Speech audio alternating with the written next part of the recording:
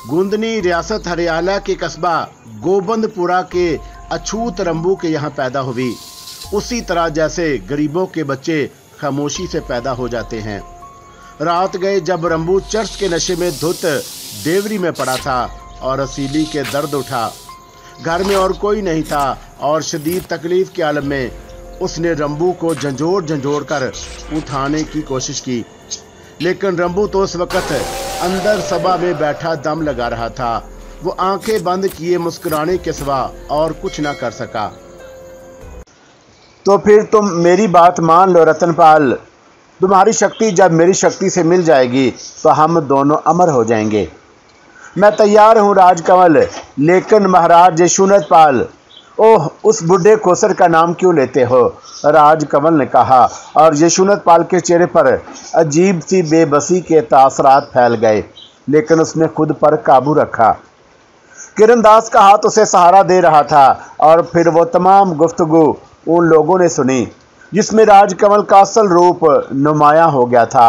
आखिर में रतनपाल ने कहा, मैंने संसार को तुम्हारा यही चेहरा दिखाना चाहता था। मेरा यही दोष था कि राजकमल के संसार को तुम्हारा असली रूप दिखा दूं। भगवान की कृपा से मेरा ये काम हो गया।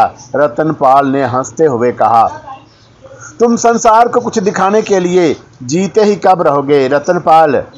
राजकमल की शक्ति के बारे में तुम्हारा अंदाजा गलत है।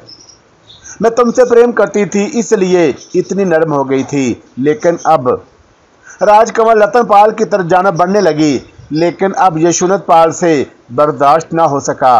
वो वैश्याना अंदाज में आगे बढ़ा। किरणदास और जोगिंदर सिंह उसकी जानब लपके, लेकिन राजकमल और रतनपाल कटहरे में बांधे थे, इसलिए वह उन तक ना पहुंच सका। कदमों की चाल सुनकर राजकमल ने खूनी निगाहों से उन लोगों को देखा। अब उसकी आंखों में इंसानियत की कोई रमक नहीं थी। उन आंखों में वहशत अंगेज चमक थी और उसकी हसीन शक्ल बेहद भयानक लग रही थी। इतनी भयानक कि यशुनतपाल बौखला कर 2 कदम पीछे हट गया। तो ये तुम सब की मिली भगत थी, लेकिन तुम क्या समझते हो? मैं तुम सबको फना कर दूंगी। मैं तुम सबको।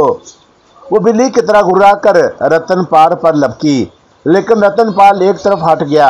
राजकमल कटहरे की सलाखों से टकराई और उसकी पेशानी जख्मी हो गई। जख्मी पेशानी से खून बह बह कर उसके चेहरे पर नजर आने लगा।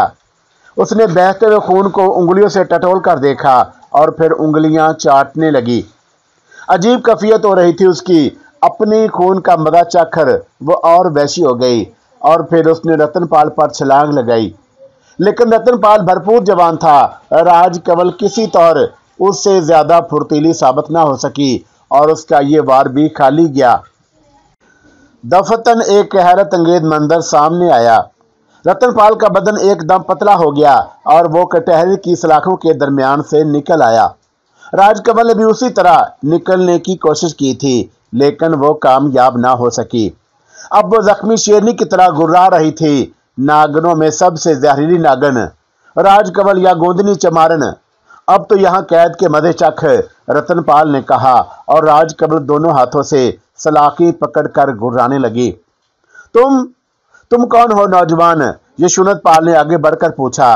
दास का नाम रतनपाल है। रतनपाल के बारे में पूरी बात बताऊं? किरणदास ने कहा। कौन है ये जवान? स्वामी रतनपाल भगवान के दास हैं और ये इनसे कोई दिलचस्पी नहीं रखते। हमारे भाग हैं कि हमें और उस नागन का कच्चा चिट्ठा हमारे सामने आ गया। रतनपाल दफतन राजकमल की आवाज उभरी और उसकी चड़ेलों की सी आवाज की खनक थी। देवी जी, रतनपाल सर झुकाकर बोला, तुमने संसार में मेरा सबसे बड़ा अपमान किया है। भगवान की सौगंध, जब से पैदा हुई हूँ इससे बढ़कर धोखा कभी नहीं खाया। लेकिन अगर गोंदनी को जानते हो तो उसके इंतकाम से भी वाकिफ होगे। इस धरती को तो तुम पर तंग कर दूंगी रतनपाल के कि किसी कोने में छुप कर जान ना बचा सकोगे। तुम्हें ही तुम्हारे कुटुंब के किसी इंसान को जिंदा ना छोड़ूंगी। ये गोंदनी का अहद है रतनपाल, राजकमल ने खौफनाक लहजे में कहा। अगर तुम जीती बच गई देवी जी, और अगर तुम संसार में खतरा बनी तो भगवान की सौगंध मैं भी साई की तरह तुम्हारा पीछा करूंगा और तुम्हारा हर काम को नाकाम बनाऊंगा, ये मेरा अहद है। राजकमल पिंजरे में फड़फड़ाती रही। अब उसी के लिए क्या करोगे रतन महाराज? इसे यूं ही रहने दे महाराज। हाँ और हाँ, यहाँ जरा होशियार आदमियों का पहरा लगा दें, मैं आपको इसका असल रूप दिखाऊं। लेकिन जिन आदमियों को यहाँ पहरे पर रखें, जरा मुझे मिला दें, रतनपाल ने जवाब दिया। ठीक है, किरणदास ने जवाब दिया और वो वहां से बाहर निकल आए। काली फोर्स ही के एक हिस्से को वो रुक गए और राजकमल को यहाँ तनहा नहीं छोड़ा जा सकता। महाराज यशोनतपाल बेहद उदास और परेशान नजर आने लगे। उन्होंने किरणदास से कहा, किरणदास, मैं ये सारा मामला हल चाहता हूं। और उनकी आवाज में गंभीरता थी। रतन महाराज, आपको राजकमल के बारे में मालूम है महाराज? मैं सिर्फ इतना बता दूं कि जब कला महल में आप इसके पास पहुंचे तो आपके मन में कुछ नहीं था। आपने बात की और फिर मुझे कमरे से बाहर भेज दिया। फिर जब वहां से बाहर आए तो आपका मन बदला हुआ था और मैंने उससे कोई खास बात जरूर है। मेरा मन शांत नहीं हुआ और जब से वो वाह का ऐलान किया तो मैं और परेशान हो गया। मैंने सोचा कि महाराज यशोनतपाल मेरे मालिक हैं, उन्हें ज्यादा कौन नहीं जानता है और वह जिस किस्म के इंसान हैं। और इसके तहत ये बड़ी अनोखी थी कि जिसे उनके बेटे ने पसंद किया था वह उससे विवाह करने चले थे। फिर क्या करता महाराज? राजकमल, महारानी बस तो मेरे लिए काबिल एहतराम हो गई, लेकिन जब आपने पाल जी के कत्ल का हुक्म दिया तो मुझे बड़ा दुख हुआ। लेकिन मैं इस सिलसिले में कुछ नहीं कर सकता था, चुनाचा खामोश रहा। फिर महाराज राजकमल रानी बनकर हुकूमत करने लगी और आप उनसे बेपनाह प्रेम करने लगे। मैं कुछ ना कह सका और कुछ ना कर सका। मैं डरता था कि अगर मैं आपसे रानी राजकमल के बारे में कुछ कहूंगा तो आप बर्दाश्त नहीं करेंगे और मुझे कत्ल कर देंगे। इसलिए मैंने कभी कुछ ना कहा। महाराज बस टो में रहा और मेरे मन में यह क्रोध था कि कोई खास बात जरूर है और उस बात का मुझे पता न चल सकी थी, पर मैं खोज में लगा रहा। फिर रतनपाल महाराज मिल गए। ये एक महान साधु हैं। भगवान और उनकी छोटी उम्र में उन्हें बड़ा ज्ञान दे दिया है और मुझे यूं लगा जैसे मेरे मन की आशा पूरी होने वाली है। और मैंने रतनपाल राज को अपनी विपदा सुनाई और वह हमारी मदद को आमादा हो गए। मैं उन्हें महल में ले आया और यहाँ रहकर उन्होंने काम करना शुरू कर दिया। ये भगवान की दिया है कि दूध का दूध और पानी का पानी हो गया। मैं आपका शुक्रगुजार हूँ रतन महाराज, पर भगवान के लिए ये तो बताइए कि ये नागन कौन है? इसने मुझसे मेरा सब कुछ छीन लिया। यशोनतपाल की आंखों में आंसू तैरने लगे। भगवान का नाम सबसे ऊंचा है महाराज, और इस धरती पर बड़े बड़े राक्षस पैदा होते रहे हैं। राजकमल में उनमें से एक है। ये रियासत हरियाला की और इनमें रंबू चमार के यहाँ पैदा हुई, मगर रस की इसकी माँ रसीली ये बात जानती थी कि रंबू चमार की बेटी नहीं। रंबू चमार सत परियाला में नौकर हो गया और रियासत के राजा हरनाम लाल उसे खोलकर दिल में बैठे और वो उसके दीवाने हो गए। लेकिन गोंदनी राजमहल में आकर अपनी असलियत के निशान मिटाने पर तुल गई। गोंदनी अपने पिता रंबू चमार के साथ अपनी मां की मौत के बाद हरियाला आ गई, मगर वो बचपन से ही अपने हुस्न की तबाहकारियों से वाकिफ थी और उसके मन में रानी बनने के ख्वाब जागने लगे। चुनाचा सबसे पहले उसने अपना नाम नहाद बाप रंबू चमार को ठिकाने लगाया और फिर महाराज परनाम लाल के सामने इस अंदाज में आई कि परनाम लाल दिल पकड़ कर रह गए। उन्होंने गोंदनी को हासिल करने के लिए बहुत गहरी साजिशें की और गोंदनी रानी बनकर महल में आ गई। जहरीली नागर ने आते ही अपना इक़्तिदार मजबूत करना शुरू कर दिया और वह एक ब्राह्मण प्रताप की तीर निगाह का शिकार थी। लेकिन उसकी हसरतें महफूज कर लीं और प्रताप लाल को शिकंजे में जकड़ने पर महल की दूसरी रानियों को तशवीश हुई और वो जोर तोड़ करने लगी। रानी भानुमती एक चालाक साधु ग्रंथु महाराज को महल में ले आई, लेकिन गोंदनी के आगे किसी न चल सकी। उसने ग्रंथु महाराज को ऐसे चक्कर दिए कि उन्होंने उसे अपना गुरु मान लिया और उसके इशारों पर नाचने लगे। पूरे महल के बासी गोंदनी के महल में आकर राजकमल बन गई थी और उसके जाल में फंसे हुए थे। ये चालाक लड़की बला की ज़हीन थी और इंतहाई साजिशी जहन रखती थी। ग्रंथु महाराज को आला कर बनाकर उसने सबसे पहले रानी रतन को सफाया कराया और रतन कौर को अपने हाथों में खुदकशी करनी पड़ी। गोंदनी का दूसरा शिकार रानी भानुमती थी। भानुमती ग्रंथु महाराज से मायूस हो गई और नए चालों के फिक्र में थी, लेकिन गोंदनी के सामने कौन सी चाल कामयाब हो सकती थी। उसने ग्रंथु महाराज के साथ मिलकर ऐसी चालें चली कि भानुमति पूरी तरह उसके जाल में फंस गई और ग्रंथ महाराज ने गोंदनी के कहने पर भानुमति को मशवरा दिया कि वो राजकमल को कत्ल कर दे, मगर ऐन मौका पर पकड़ी गई। दूसरे दिन भगवान दास ने भानुमति को ऐसा कत्ल किया कि बिल्कुल खुदकशी मालूम हो। सब ने यही समझा था कि भानुमति ने खुदकशी कर ली और अब राजकमल के लिए मैदान साफ था। उसने भगवान दास का भी बंदोबस्त कर दिया, बड़े बड़े चक्कर चलाए और उसने महाराज को मुकम्मल तौर पर वहां की रानी बन गई। मगर हर राक्षस का जवाल होता है, उसका भी जवाल हो गया और वह बिल आकर अपने ही जाल में फंस गई। अपने जाल में फंसने के बाद ये पागलों की तरह मारी मारी फिरी और एक दिन उसने ऐसा भी देखा जब इसके पूरे बदन पर कोड़ के निशान थे। लोग उसे नफरत करने लगे, पर महाराज शैतान के हाथ बड़े लंबे होते हैं। उसने एक ऐसा राज दरियाफ्त कर लिया जिससे ये दोबारा जुबान हो गई, बल्कि अब तो पहले से भी ज्यादा जहरीली नागिन बन गई है, रतनपाल ने बताया। और महाराज यशोनत पाल हैरत से उसकी शक्ल देखने लगे। बड़े बड़ों को उसने कत्ल किया है और उनके बदन पानी बनकर बह जाते हैं, रतनपाल ने कहा। और महाराज यशोनत पाल चौंक पड़े। उन्हें शिकार का हादसा याद आ गया था और वो हैरत से रतनपाल की सूरत देखने लगे। क्यों, क्या बात है महाराज? ये नागिन है। यशोनत पाल की घुटी घुटी आवाज उभरी।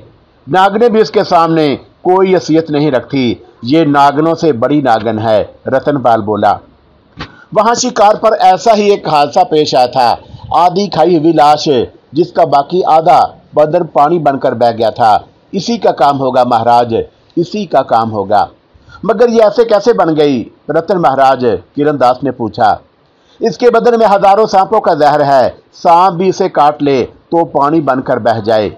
ये जवान कैसे हो गई? बस भगवान की लैला है, उसके खेल न्यारे हैं। इसकी आंखों में सांपों का सहर जाग उठा, जिसे देख लेती है उसका जहन सो जाता है और फिर ये उससे अपना हुक्म मनवा लेती है। मेरे साथ भी यकीनन यही हुआ है, वरना मैं तो ऐसा ना था। अवश्य ऐसा ही हुआ होगा। मैंने सांप पकड़कर आपके हवाले कर दिया है महाराज, बाकी फैसला आप खुद करेंगे। हमें इसके बारे में तुम्हारी मदद की जरूरत है, रतनपाल, किरण दास ने कहा। तब आप पहले इसका असल रूप देखें और उसके बाद उसे जिंदा जला दें। इसका यही अंजाम होना चाहिए, रतनपाल नफरत से बोला। असल रूप कैसे देखेंगे? किरण दास बोला। बस इसे बंद रहने दें, ये गोश्त और खून से जवान नहीं रहती। जब इसे काफी दिन तक ये दोनों चीजें नहीं मिलेंगी तो ये अपनी असली शक्ल में आ जाएगी, फिर इसकी असली शक्ल देख लेंगे। ठीक है, आपने जो कहा था, जो लोग पहरा दें उन्हें आपसे मिला दिया जाए। हाँ महाराज। क्या हुक्म है यशोनत पाल महाराज? अब यहाँ से चलें? किरण दास ने पूछा। हाँ चलो, यशोनत पाल खोए खोए से लहजे में बोले। अंदर से उनकी बुरी हालत थी, लेकिन वो खुद को संभाले हुए थे। थोड़ी देर बाद वो महल में पहुंच गए। किरण दास ने जोगिंदर सिंह को मुखातब किया। जोगिंदर सिंह, 4 आदमियों का बंदोबस्त करो जो यहाँ पहरा दे सकें। जो आ गए महाराज, जोगिंदर सिंह ने कहा। थोड़ी देर के बाद 4 आदमी वहां पहुंच गए। ये सब मजबूत और हट्टे कट्टे आदमी थे। ठाकुर जोगिंदर सिंह, क्या तुम उनके सरबराह बनकर उसकी निगरानी करने का काम संभाल सकते हो? किरण दास ने पूछा। दीवान जी हुक्म देंगे तो मैं इनकार कैसे कर सकता हूँ, जोगिंदर सिंह दबी आवाज में बोला। और उसका रुआ रुआ किरण दास का एहसान मान था। उन्होंने उसकी जान बचाई थी। तब ठीक है, तुम हालात को बेहतर तौर पर समझ चुके हो, इसलिए तुम उसकी मुनासिब निगरानी कर सकते हो। ठीक है महाराज। एक हदायत मैं तुम्हें देना चाहता हूँ जोगिंदर सिंह, रतनपाल जोगिंदर सिंह को मुखातब करते हुए बोला। जी रतन महाराज। तुम इसे खाने पीने के लिए जरूर दोगे और कोई उससे आंख ना मिलाए, सबको ताकीद कर दो तो इसकी आंखों में कोई ना देखे। और उसकी आंखों में आंखों की कुव्वत और कशिश है, जिससे लोगों को मुकम्मल खतरा रहता है। ठीक है महाराज, मैं पूरा ख्याल रखूंगा। तब फिर जाओ, इसे तनहा छोड़ना भी मुनासिब नहीं। नागन को पहले जख्मी करके बेबस कर दो, फिर हलाक कर दो। और जोगिंदर सिंह अपने आदमियों के साथ काली फोर्स को लेकर, महाराज अभी तक हवास में नहीं थे और उनकी हवास पूरी तरह जाग गए थे और वह सख्त गमज़दा नजर आ रहे थे। थकी थकी निगाहों से किरण दास को देखा। अब आप आराम करो किरण दास, रतनपाल महाराज से न कह देना, हमें उनसे मन की बहुत सी बातें कहनी हैं। रतन महाराज यशवंतपाल चले गए और आप रतनपाल रह गए थे। किरणदास ने मुस्कुराती निगाहों से रतनपाल को देखा। नींद आ रही है महाराज? नहीं किरण जी, क्या बात है? बहुत सी बातें करने को मन चाहता है महाराज, आओ कहीं बैठें, रतनपाल ने कहा और दोनों खुली फिदा में पहुंच गए। एक खूबसूरत जगह बैठकर उन्होंने कहा, मैं आपके इस एहसान का बदला किस तरह चुका पाऊंगा पाल जी? भगवान जानता है किरण जी, मैंने किसी लापरवाही का सबूत नहीं किया। मैं जानता हूं महाराज, फिर भी मेरा मन चाहता है कि आपकी सेवा करूं। बस सच्चे मन से हमें दुआएं दे देना, यही हमारे लिए काफ़ी है। मेरा अंग अंग आपको दुआएं देता है महाराज। मेरी गर्दन ऊंची की है, मेरे नमक की लाज रखी है और आपका ये एहसान कैसे भूल सकता हूँ। अब आगे क्या किया जाए, ये काम आप करें किरण जी। मेरे मन में एक बात आ गई है, इसलिए कि अब मैं कोई ठोस राय नहीं दे सकता। क्या बात है महाराज? बुराई ने भलाई को ललकारा है, इसने मुझसे और उसकी सौगंध खाई है और मैंने उसकी ललकार मान ली है। ओहो, मगर हम उसे जीता ना छोड़ेंगे, ये आपका काम है किरणदास जी। अजीतपाल जी के लिए हम क्या करें महाराज? और बाप बेटे का मिलाप करा दें, रतनपाल मुस्कुराकर बोले। ये एक और कठिन काम होगा, मगर बड़ा ही सुंदर। रतनपाल हंसते हुए कहा, ठीक है महाराज, बहरहाल अभी तो हमारे दरमियान, अभी से यहाँ से ना जाएं, कुछ रोज़ हमारे दरमियान रहें। हाँ, अभी मैं यहाँ होनी देखूं भगवान ने मेरे ऊपर क्या इशारा लिखा है, रतनपाल ने कहा और थोड़ी देर के बाद दोनों वहाँ से उठ गए। दूसरे दिन राज दरबार में ऐलान हुआ कि यशवंतपाल जी आज दरबार नहीं करेंगे, उनकी तबीयत ठीक नहीं। किरणदास और इस ऐलान दरबार में सुना था और वह सीधा यशवंतपाल के पास पहुंचा। उसकी इत्तला मिलने पर यशवंतपाल ने उसे बुला लिया। किरण, उसने देखा कि यशवंतपाल की आंखें सुर्ख हैं और उनकी हालत काफ़ी बिगड़ी हुई है। क्या बात है महाराज, कैसी तबीयत है? और उसने नरमी से पूछा और यशवंतपाल की आंखों से आंसू टपक पड़े। हमारे ऊपर एक एहसान और करोगे? किरणदास यशवंतपाल भराई हुए बाद में कहा, इस बात दास सेवक है महाराज, मेरा जीवन आप पर वार जाए और ये आपकी खुश नसीबी होगी। हुक्म दे महाराज। हमसे कहो कि हम निर्दोष हैं, हम तो जादू का शिकार थे और हमने अपने बेटे को नहीं मारा। हमारा मन बड़ा बेअक्ल है किरणदास, हमें किसी पल चैन नहीं। हमें यह ख्याल मार डाल रहा है कि हमने रियासत से अजीतपाल छीन लिया, मगर हम निर्दोष हैं, हम ऐसे तो न थे। बताओ, कोई बाप अपने बेटे को कत्ल करा सकता है? अजीतपाल बहुत याद आ रहा है किरणदास, अब हम क्या करेंगे? किरणदास, हमसे अब राजपाट ना चल सकेगा। यशवंतपाल फूट फूट कर रो पड़े। किरणदास के होंठों पर मुस्कुराहट थी। देर तक यशवंतपाल रोते रहे, फिर उन्होंने उसकी तरफ नजर उठाकर देखा। हम अब राज ना चला सकेंगे, हम बिन बास लेना चाहेंगे। दीवान किरणदास जी, जिसे मुनासिब समझो राजा बनाने के लिए तैयार कर लो। हम चाहते हैं कि तुम ये काम जल्द अज जल्द करो।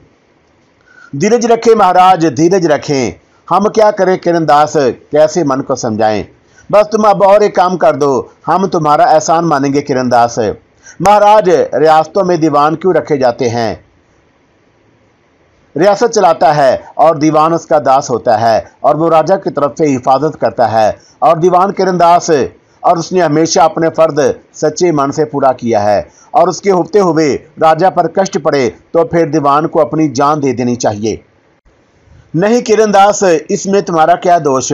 जो कुछ किया हमने किया। हम सच्चे मन से यह बात कह रहे हैं कि तुमने हमें आखिरी वक्त में संभाल लिया, वरना हम कहीं के ना रहते। मैं दीवान हूँ महाराज, रियासत को नया राजा मैं दूंगा। क्या आप राजा के इंतखाब के लिए मेरे साथ चलेंगे? हम नहीं चलेंगे किरणदास, ये काम अब तुम खुद कर लो। मेरी ख्वाहिश है महाराज कि आप मेरे साथ चलें, किरणदास ने कहा। हम बड़े थके हुए हैं किरणदास, भगवान के लिए अब ये काम तुम खुद कर लो। हमारे हाथ पांव बेकार हो गए हैं। आपके बिना यह काम मैं नहीं कर सकूंगा महाराज, किरणदास ने फैसला कुन लहजे में कहा और यशवंतपाल उसे देखने लगा और फिर उसने गर्दन हिलाकर कहा, अच्छा, जैसे तुम्हारी मर्जी। तो फिर तैयारी करें महाराज, अभी इसी समय चलोगे? हाँ महाराज। कहाँ चलोगे? आप तैयारी करें महाराज, मुझे भी तैयारियों की आज्ञा दें, रास्ते में आपको सब कुछ बता दूंगा। और महाराज बादल नाखवास्ता तैयार हो गए। घोड़ों पर सफर करते हुए यशवंतपाल ने फिर वही सवाल किया कि क्या तुम्हारे मन में कोई खास आदमी है किरणदास? हाँ महाराज, रियासत के लिए उससे अच्छा राजा दूसरा ना होगा। क्या वो इस काबिल है? उससे ज्यादा इस गद्दी के काबिल कोई नहीं महाराज। ताज्जुब है और हमें किसी ऐसे आदमी के बारे में कुछ मालूम नहीं, वो रहता कहाँ है। फिलहाल वो एक कैदी है। कैदी? हाँ महाराज, मगर उसे क्यों बंद किया गया? बस कुछ उसकी नादानी थी और कुछ दूसरों की साजिशों का शिकार हुआ। कहाँ कैद है? ढूंढ रुके कैद खाने में, और कोई खतरनाक कैदी था। हाँ महाराज, उस समय उसे बहुत खतरनाक समझा गया और उसे सजा किसने दी थी? आपने महाराज। हमें कोई ऐसा आदमी याद नहीं। आप उसे देखेंगे तो याद आ जाएगा, किरण दास ने जवाब दिया और यशुनत पाल गर्दन हिलाकर खामोश हो गया। थोड़ी देर के बाद घोड़े ढूंढ के गारों के करीब जा पहुंचे। पहरेदार राजा यशुनत पाल को देखकर हक्का बक्का रह गए थे।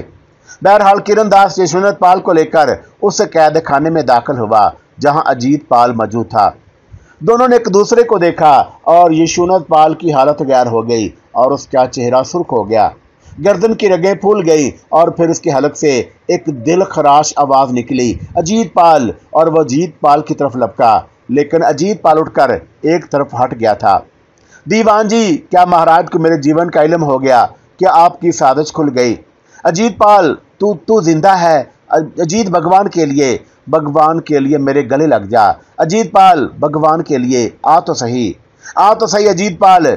यशुनत पाल फिर उसकी तरफ लपका, लेकिन अजीत पाल दूसरी तरफ हट गया। दीवान जी, क्या एक कैदी को इसके लिए मजबूर किया जा सकता है कि वो अपने दुश्मन से गले मिले? उसने सख्त लहजे में पूछा। बाप बेटे एक दूसरे के लिए दुश्मन नहीं होते हैं राजकुमार। आप ये बात कह रहे हैं किरण दास जी? आप? हाँ, मैं कह रहा हूँ, और मैं इस रियासत के दीवान के सिए से ये बात कह रहा हूँ। दोषी आप भी हैं अजीत पाल। आपने जाने बूझे बिना एक बदरू से प्रेम किया और उस बदरू को कला महल ले गए और उस बुरी रूह ने बाप बेटों के दरमियान जादू का जाल फैला दिया। राजकमल की बात कर रहे हैं दीवान जी? हाँ। उस मजलूम ने आपका क्या बिगाड़ा है और उसने आपका क्या किया है? उसे मेरे सामने बुरा ना कहें महाराज किरण दास, और यही तो भूल हुई है आपकी। बहरहाल जब मुझे इल्म हुआ कि आप दोनों एक तीसरे के जाल में फंस गए तो मैंने अपना काम शुरू कर दिया। मैं उस बुरी रूह को रोशनी में ले आया और मैं दीवान हूँ इस रियासत का। मेरे कंधों पर उसकी बेहतरी का बोझ है, लेकिन मुझे अपनी हैसियत भी याद रखनी होती है। महाराज यशुनत पाल और उसने आपके पास गए थे, क्या उसे यहाँ से भगा दें? मगर उस नागर ने आपको छोड़कर उन्हें अपने जाल में फांस लिया और महाराज उसका शिकार होकर उसके जादू के जाल में फंसकर सुध बुध खो बैठे। उन्होंने मुझे आपके कत्ल का हुक्म दे दिया और मैं दीवान हूँ महाराज के हुक्म से। सरताबी भी मेरी मजाल नहीं, लेकिन मैं रियासत के बोझ वाले राजा का भी वफादार था और मैंने उसे कत्ल करने की बजाय छुपा दिया। उसकी ज़िंदगी की हिफाजत मुझ पर फर्ज थी, ताकि दूध का दूध और पानी का पानी ज़रूर होकर रहेगा। और भगवान की बड़ी कृपा है कि आज उसने मुझे सुरखरू किया। किरणदास, दीवान किरणदास, तुम महान हो और भगवान की सौगंध तुमने मेरे ऊपर एहसान किया है जो संसार में किसी ने किसी पर ना किया होगा। मैं किस मुंह से तुम्हारा शुक्रिया अदा करूं? यशुनत पाल रोते हुए कहा। अब क्या हो गया है महाराज? आपका मन कैसे बदल गया और आपको अजीत पाल कैसे याद आ गया? अजीत पाल ने तंजिया लहजे में कहा। इसका जवाब मैं दूंगा अजीत कुमार। और वो बुरी जादूगरनी है जिसने इंसानी खून और गोश्त खाकर खुद को जवान रखा है, और वो रानी बनना चाहती थी, इसलिए यह खतरनाक काम जारी रखा। उसने यशुनत पाल महाराज के जाल में जकड़ रखा था, मगर एक महान साधु ने तिलस्म तोड़ दिया। जो कुछ हुआ इसमें महाराज का भी दोष नहीं। बकवास है, मैं नहीं मानता। आप मान ले महाराज। कैसे मान लूंगा? अब वो जादूगरनी हमारी कैद में है और वो मान चुकी है। आप तो मुझे वो कहानी सुना रहे हैं महाराज कि बचपन से मैं बेवकूफ़ लोगों से सुनी थी। कहानियां भी सच्ची होती हैं अजीत जी, सारी झूठी नहीं होती, और मैं कुछ नहीं मानता। महाराज यशुनत पाल ने वो कह दिया था और उनका बेटा अजीत पाल कत्ल हो चुका है, और एक ऐसा कैदी जिसकी जान बख्शी कर दी गई थी और उसका वजूद ना होता। अजीत, मुझे माफ़ कर दे मेरे बच्चे, और मुझे माफ़ कर दे। भगवान की सौगंध, मैं होश में नहीं था, मैं तो जादू में फंस गया था। अगर तुझे विश्वास नहीं कि वह जादूगरनी थी, अगर विश्वास हो जाए तो मुझे माफ़ कर देगा। क्या तुम मुझे विश्वास दिला सकते हो? क्यों नहीं, चल अभी चल किरण दास जी, और दिल से हमारा करो दूर करो। चलो हमारे ऊपर एहसान करो। भगवान ने हमसे सब कुछ छीन लिया, हमारा वकार। और उसके बाद तीनों गार से वापस पलटे और अब वो और उनका रुख काली फोर्स की तरफ था। और फिर तीनों उस बड़े कमरे में पहुंच गए जहां राजकमल कटहरे में बंद थी। वैसी ही सुंदर, वैसी ही मनमोहन।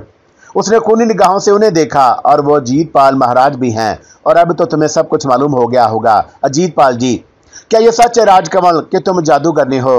तुम्हारे पिता ने कहा है सच ही होगा। तुम क्या कहती हो? अकेले में पूछोगे तो बता दूंगी, और तुम तो मेरे प्रेमी हो, और इन्हें बाहर निकाल दो, मैं तुम्हें सब कुछ बता दूंगी। तुम्हारी उम्र क्या है राजकमल? किरण दास ने पूछा। मैं किसी सवाल का जवाब नहीं दूंगी। अजीतपाल को मेरे पास छोड़ दो। अजीतपाल जी, उस साधु ने कहा है कि इसकी जवानी सिर्फ इंसानी गोश्त और खून पर है। अगर उसे एक हफ्ते तक ये सब कुछ ना मिले तो ये अपनी असली शक्ल में आ जाएगी। आप इंतजार करें और उसकी असल शक्ल देख लें। सुनो, राजकमल ने गुराई हुई आवाज में कहा, इस रियासत पर तबाही मेरे हाथों आएगी, और इस बात पर यकीन रखना। मुझे न अब अजीतपाल से दिलचस्पी है, न किसी दूसरे से। मेरा झगड़ा तो अब माधु रतनपाल से है। हाँ अजीतपाल, मैं जानती हूँ कि ये तुम्हें मेरे पास नहीं छोड़ेंगे। ये ठीक है कि जो कुछ ये कह रहे हैं ठीक है। अब तुम सब नरक में जाओ। भगवान का शुक्र है कि तुमने कबूल तो किया। मेरा काम अब दूसरा है। तुम जैसे नरखियों से मुझे अब कोई कैदी नहीं रह गई। जाओ, अब दफा हो जाओ। आइए अजीतपाल जी आइए, किरण दास ने कहा, और वो तीनों वहां से वापस चल पड़े। ठाकुर जोगिंदर सिंह को जो कुछ हदायत दी गई थी, लेकिन अजीतपाल अब भी परेशान था। ये सब कुछ क्या है? उसने किरण दास जी से पूछा। जादू, एक राक्षस का जादू, मगर वो तो अब भी वही है। बस थोड़ा समय बाकी है महाराज, थोड़ा समय इंतजार कर लें। दास ने जवाब दिया। रियासत में धूम मच गई है कि अजीतपाल तवील सैरो फनकार से आज वापस आ गए हैं। राजा यशवंतपाल ने ऐलान कर दिया था कि अब जल्द अज जल्द राजगद्दी अजीतपाल को दे दी जाएगी, लेकिन अजीतपाल को होश नहीं था, और उसे राजकमल का अब भी मलाल था। रतनपाल ने उसे बहुत समझाया था, और रतनपाल ही की कोशिशों से अजीतपाल किसी कदर संभल भी गया था। फिर उसकी ताजपोशी की तैयारियों की चारों तरफ धूम थी, और दूसरी तरफ राजकमल पर बुरी बीत रही थी। एक बार फिर वो अपने जाल में फंस गई थी। 15 दिन हो चुके थे, और उसे इस कैद खाने में कोई तदबीर कारगर नहीं हो रही थी। कम बस जोगिंदर सिंह भी बिल्कुल बदल गया था। सिपाही भी जाल भी नहीं फंसे थे। कोई उसकी आंखों की तरफ देखता ही नहीं था। और फिर खराब बात यह थी कि वह सिर्फ उसे गजा देने आते थे, और उसके अलावा कोई उसके पास नहीं आता था। आते थे तो सब के साथ आते थे, और कभी उनसे कोई अकेला आता तो उस पर जाल फेंकती। अब उसकी हालत खराब होने लगी, और उसके बदन में ईंठन होने लगी, और उसे खून की जरूरत थी। ये सारी गजाएं उसके लिए बेकार थी, और उसे अपनी हैसियत बरकरार रखने के लिए असल गजा दरकार थी, और वो उसके लिए तड़प रही थी। उस शाम ठाकुर जोगिंदर सिंह उसके पास आया तो उसने बड़े दर्द भरे अंदाज में उसे पुकारा, ठाकुर, ठाकुर, मेरी बात ना सुनोगे? क्या बात है कमल कुमारी? मेरी आंखों में देखो, मेरी तरफ निगाहें तो उठाओ। मैं तुम्हारी आंखें फोड़ सकता हूँ, उनमें देख नहीं सकता। ठाकुर जोगिंदर सिंह ने नफरत भरे लहजे में कहा। फोड़ ही दो इन्हें जोगिंदर सिंह, हर इंसान से भूल हो जाती है। क्या तुम एक मनुष्य की भूल माफ नहीं करोगे? मैंने तुम्हारे साथ बड़ी हसीन रातें बिताई हैं जोगिंदर सिंह। भगवान की सौगंध, मैं अपनी बुराइयों का प्रायश्चित करना चाहती हूँ। मैं तुम्हें इस रियासत का राजा बना दूंगी, मैं वचन देती हूँ। बकवास न कर नागन, अब तो तेरे जाल में नहीं आऊंगा। चलो दोस्तों, जोगिंदर सिंह ने कहा, तुम सब सुन लो। जो भी मुझे इस जाल से आजाद करेगा वो इस रियासत का राजा बनेगा, ये मेरा वचन है। राजकमल ने कहा, मगर वो सब खामोशी से वहां से निकल आए, और वो राजकमल हसरत भरी निगाहों से उन्हें देखती रही। फिर उसने दांत पीसते हुए कहा, रतनपाल, बस एक बार उस जाल से निकल जाऊं, तुझसे तो ऐसा बदला लूंगी कि। वो खामोश हो गई। कोई तरकीब समझ में नहीं आई, कोई बात नहीं बन रही थी। 20-22 दिन गुजर गए। राजकमल उसी तरह गुजार रही थी, और फिर एक दिन उसने अपने हाथों पर निगाह डाली तो कांप उठी। उसके हाथों की खाड़ सुकड़ रही थी, उसके खूबसूरत हाथों पर झुर्रियां पड़ गई थी, और उसका दिल खौफ से कांप उठा। हे भगवान, मैं बूढ़ी हो रही हूँ, और मैं बूढ़ी हो रही हूँ। और उसके मुंह से खौफजदा आवाज निकली। गोंदनी की वहशत अरूज पर पहुंच गई। एक तवील अरसा उसने इंसानों की नफरत के दरमियान गुजारा था। लोग उसकी सूरत देखकर घिन खाते थे, बच्चे उससे खौफजदा होकर भाग जाते थे, और गोंदनी इन तमाम बातों से इतनी बददिल हुई थी कि उसके हवास गुम होने लगते थे।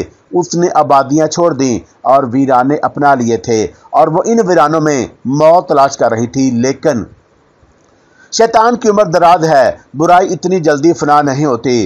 राजकमल इन्हीं हालात से तंग आकर मौत तलाश की। लेकिन उसे जिंदगी मिल गई। जहरीले सांप ने उसे जीने के रास्ते दिखा दिए, लेकिन यह सांप शैतान था। शैतान कब चाहेगा कि उसके नाम लेवा हलाक हों, और इसलिए उसने राजकमल को ना सिर्फ जीने की राह बिता दी, बल्कि उसे एक और खौफनाक कुव्वत भी बख्श दी, जो इंसानों के लिए जहरे हिला हिल थी। और वो आदमखोर बन गई थी, और शैतान सो अदल से आदम का दुश्मन है।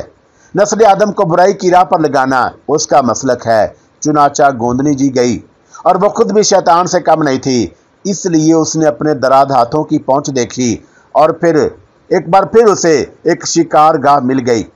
लेकिन उस शिकारगाह में कमबख्त रतनपाल ना जाने कहां से घुस आया था। जब उसका आरूढ़ था तो ग्रंथु महाराज आए थे, लेकिन उसने ग्रंथु महाराज को छुट्टी का दूध याद दिला दिया था, और नतीजे में उसके चेले बन गए थे। लेकिन रतनपाल ने उसे बुरी तरह मारा था।